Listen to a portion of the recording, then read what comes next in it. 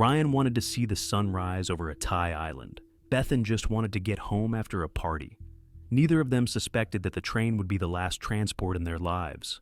On February 17th, 2024, a 23-year-old traveler from Canada, Ryan Ralph, landed at the Bangkok airport. The young man had flown in to explore Thailand alone, and closer to his birthday in March, he was expecting the arrival of his girlfriend, 22-year-old Shona Morgan. Shona arrived in the capital on March 18th. The couple reunited and modestly celebrated Ryan's birthday right in Bangkok. Both were in high spirits and decided to continue the celebration. A couple of days later, they would head south to the island of Koh Tao. This is a popular tourist destination with picturesque views where travelers from all over the world flock. To get there, the couple purchased tickets for a night train to the city of Chumphon, from where they planned to transfer to a 2-hour ferry. Train number 167 is a night sleeper train on the southern route, running between Bangkok and Trang province. It is slower than the daytime express and makes more stops, but for those who want to sleep through the journey and save money, it is an almost perfect option. At least, that's how it seems at first glance. On March 20th, at 8:30 in the evening, the train departed on schedule. The lights of Bangkok drifted past the windows, bright at first, then increasingly sparse, until the city finally dissolved into darkness. Ryan and Shona had over 500 kilometers to cover. The travel time to their station was over 7 hours. A whole night lay ahead under the rhythmic clatter of wheels. The car swayed at the rail joints. This rhythm thump, thump, thump, thump is even soothing at first. The air inside was heavy, saturated with the smell of old upholstery and something mechanical, either lubricant or diesel soot that seeped in from somewhere below. The air conditioning worked intermittently, and passengers were either wrapping themselves up or fanning themselves with whatever they could find. Immediately after boarding, Shona decided to take a nap. Fatigue from the day, the stuffiness, the swaying her eyelids grew heavy on their own. Ryan, however, walked to the end of the car, to breathe, to just stand there, looking into the darkness beyond the open doorway. In the vestibule of Thai trains, there is a special atmosphere. No doors, no railings. Only a metal floor, handrails on the sides, and blackness outside, into which the occasional lights of small stations fly. The wind hits your face, warm and humid, smelling of the tropical night and something burnt from the brake pads. The floor under your feet vibrates so much that the tremor travels up from your ankles to your knees. Standing here is a strange sensation. It feels as if you are still on the train, yet almost outside already. The line is blurred, and there is something mesmerizing about it until you realize how dangerous it is. About an hour later, Shona woke up. She opened her eyes and turned her head. The seat next to her was empty. At first, she wasn't alarmed. He might have just gone to the toilet. She waited a minute, then another. Then she got up and walked through the car. Ryan was nowhere to be found. She looked into the vestibule, empty. Only the wind and the roar of the wheels. She returned to her seat and took out her phone. She dialed his number. Long rings, then silence. Again and again. No answer. With every ring, something inside her tightened further. The train raced through the night, and Ryan seemed to have vanished. In desperation, Shona waited for the nearest stop, Ratchaburi station. Around 10:30 in the evening, she stepped onto the platform. The platform was dimly lit. Not a soul around, only a few station employees. There, she reported her boyfriend's disappearance to the police. Law enforcement responded quickly. They tried to track Ryan's phone via GPS signal, but it couldn't be found that evening. Darkness, confusing coordinates, kilometers of rails disappearing into the jungle. The search was postponed until morning. At dawn, several dozen people headed out to the site. They combed a 30-kilometer stretch of track between stations, slowly, meter by meter. Sleepers, gravel, and overgrowth along the sides. The heat rose with every hour. Soon, a report came in.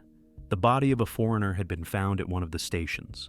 Police arrived at the scene and found a young man of European appearance under a recently built platform. He lay in the mud, on his back, with severe injuries to his limbs. Almost no clothing remained, only brown shorts and a chain around his neck. In his pocket was a wallet with documents in the name of Ryan Ralph and several Thai banknotes. There was no room for doubt. Nearby, scattered on the gravel, lay his headphones, smartphone, and sandals. On the edge of the platform and on the stones were traces of dried blood, already darkened under the morning sun. A 20-year-old Cambodian worker, who had discovered the body, told investigators that he often sleeps under the platform during breaks. Shade, coolness, silence. That day, he had crawled in there to rest as usual and saw a person. At first, he didn't realize what it was. Then he did. He started shaking. He scrambled out and ran to his superiors without looking back. Preliminary investigation revealed no signs of a struggle, no abrasions on the knuckles, no torn nails, no blood from anyone else. The body was sent for forensic medical examination. Some outdated Thai trains are notorious for low safety standards. The cars of train number 167 have neither railings nor doors at the exit, only an open portal into the night. Approaching stations, passengers often crowd in the vestibule, standing at the very edge waiting for the stop. Some smoke, some just look at the passing lights. For locals, this is a familiar sight.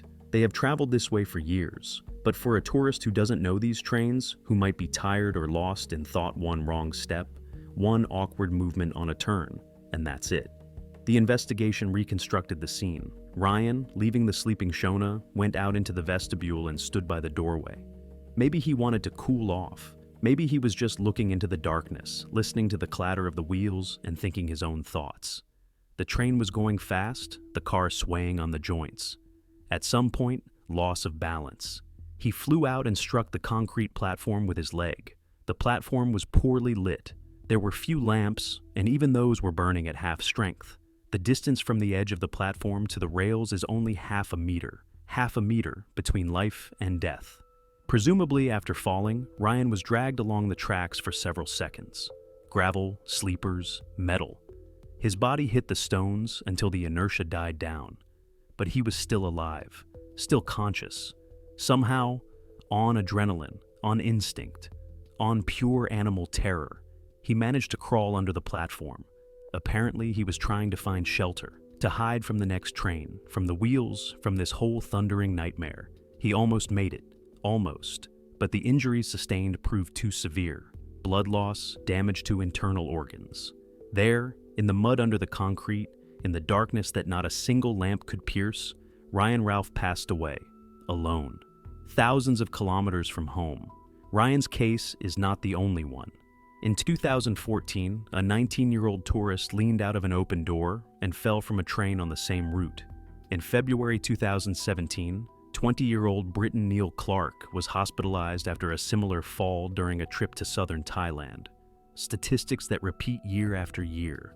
But danger lurks not only outside the car. Sometimes it's enough to simply lower a window. On the morning of Saturday, December 1st, 2018, 4 friends headed to the neighboring city of Bath for a Christmas market. Trees, garlands, the smell of mulled wine, and roasted chestnuts. All day they wandered through the shopping center, trying things on, laughing, and taking photos. And in the evening, as usual, they decided to relax in a local pub. Among them was 28-year-old Bethan Roper, short with a soft smile. 5 years earlier, she had graduated from university, after which she got a job at a city charitable foundation where she worked with refugee cases. The work was difficult, often emotionally draining. Such evenings with friends were a rare opportunity to breathe. By 10 in the evening, the group was quite intoxicated. The laughter became louder, the movements more sweeping. Time to go home. They stepped out of the pub into the December cold and headed to the station. The train arrived quickly. The girls entered the car, and there was nowhere to sit. Saturday evening, everyone was traveling from the center. There was no point in pushing further inside, so the 4 remained standing by the doors. It wasn't a long journey, about 13 minutes. On this section, the express accelerates to 120 kilometers per hour. The doors closed and the train moved. Outside the window's darkness, neither moon nor stars, only the occasional flash of crossing lights and the silhouettes of trees, black on black. The car swayed, the floor hummed underfoot. The smell of wet clothes and someone's perfume hung in the air. After a couple of minutes, one of the girls felt stuffy. Too many people, too many warm jackets, too much to drink. She approached the door and lowered the window. It must be said that these cars used an old door design, with drop windows. This mechanism was needed so that a passenger could reach the outside handle and open the door at a stop. Convenient. Practical. deadly dangerous while moving. The girl stuck her head outside. The wind hit her face, cold, sharp, smelling of wet earth and something metallic from the rails. She stood like that for 30 seconds, squinting into the darkness. Then she pulled her head back in, shivered, and stepped aside. Bethan was next to approach the window, in a good mood, flushed with alcohol and fun, with a smile on her face. She leaned over the frame and stuck her head out in the same way. 5 seconds. The friends heard a dull thud short, wet, wrong. Bethan collapsed onto the floor of the car. She fell on her back, arms sprawled. Her eyes were open, but her gaze was no longer there. Her head had collided with an ash tree branch. The tree grew along the tracks. One branch, just one, stretched a bit further than the rest, hanging over the rails. It was invisible in the dark. The train was hurtling at a speed of 120 kilometers per hour. At that speed, even a branch turns into a sledgehammer blow. The friends screamed. Someone dropped to their knees next to Bethan, trying to figure out what to do. Someone called for help. The passengers around them stepped back, forming a circle.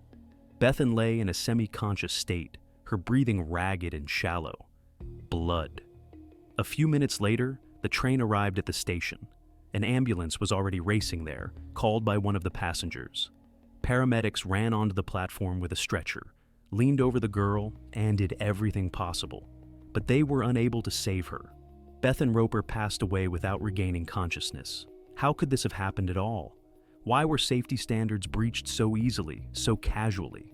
The Rail Accident Investigation Branch published its findings several months later. Toxicological analysis showed 142 milligrams of alcohol per 100 milliliters in Bethan's blood, nearly double the legal limit for drivers. Such a level seriously affects coordination, risk assessment, and reaction speed. A person feels great, but their brain is already working differently. One of the friends later admitted to the police. They had all drunk quite a bit that evening. In fact, they were used to relaxing like that when they got together. Nothing special. A typical Saturday night. The investigation established that the ash branch Bethan's head collided with was clearly visible on earlier aerial photographs. It stood out noticeably from the rest of the vegetation protruding toward the tracks like an outstretched arm. Shortly before the tragedy, Network Rail, responsible for controlling vegetation along the railways, conducted an inspection of this section. Employees walked the line, inspected the trees, and compiled a report. The tree was deemed non-hazardous. Non-hazardous. Furthermore, the train lacked any mechanism to prevent a passenger from lowering the window at full speed. No lock, no limiter. If you want to, lower it. The Great Western Railway cars were manufactured back in the 70s, half a century ago. Since then, they have been gradually phased out, replaced by trains with electronic doors. But the process is slow, too slow. A curious detail. Above the glass of each door hung a yellow warning sticker. Caution. Do not lean out of the window while the train is moving. Small, inconspicuous, on a yellow background. The investigation noted the wording, the word caution. It doesn't actually prohibit. It suggests rather, you can, but carefully. Be mindful, don't get distracted. And since you can, why not? Questions also arose regarding the color.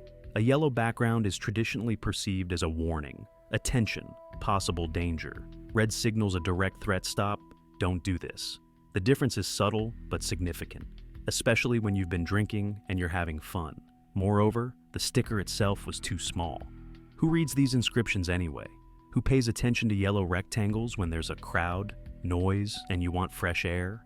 Even 7 months before the tragedy, in May 2018, railway services had planned to replace these signs. The new stickers were to be larger, more noticeable, and on a red background. But by December, by the time of Bethan Roper's death, nothing had changed. The old stickers still hung in their places. 2 employees tasked with overseeing the replacement simply forgot, or neglected it. They let the task slide, putting it off for later. And then, what happened, happened. The railway is a high danger zone. These are not empty words or a formality for instruction manuals. It is a reality that kills, and caution must always be exercised, both outside the train and inside the car. Even if it seems like everything is under control, even if you just want to breathe some fresh air. Sometimes between life and death, there is only half a meter of concrete or a single branch in the darkness.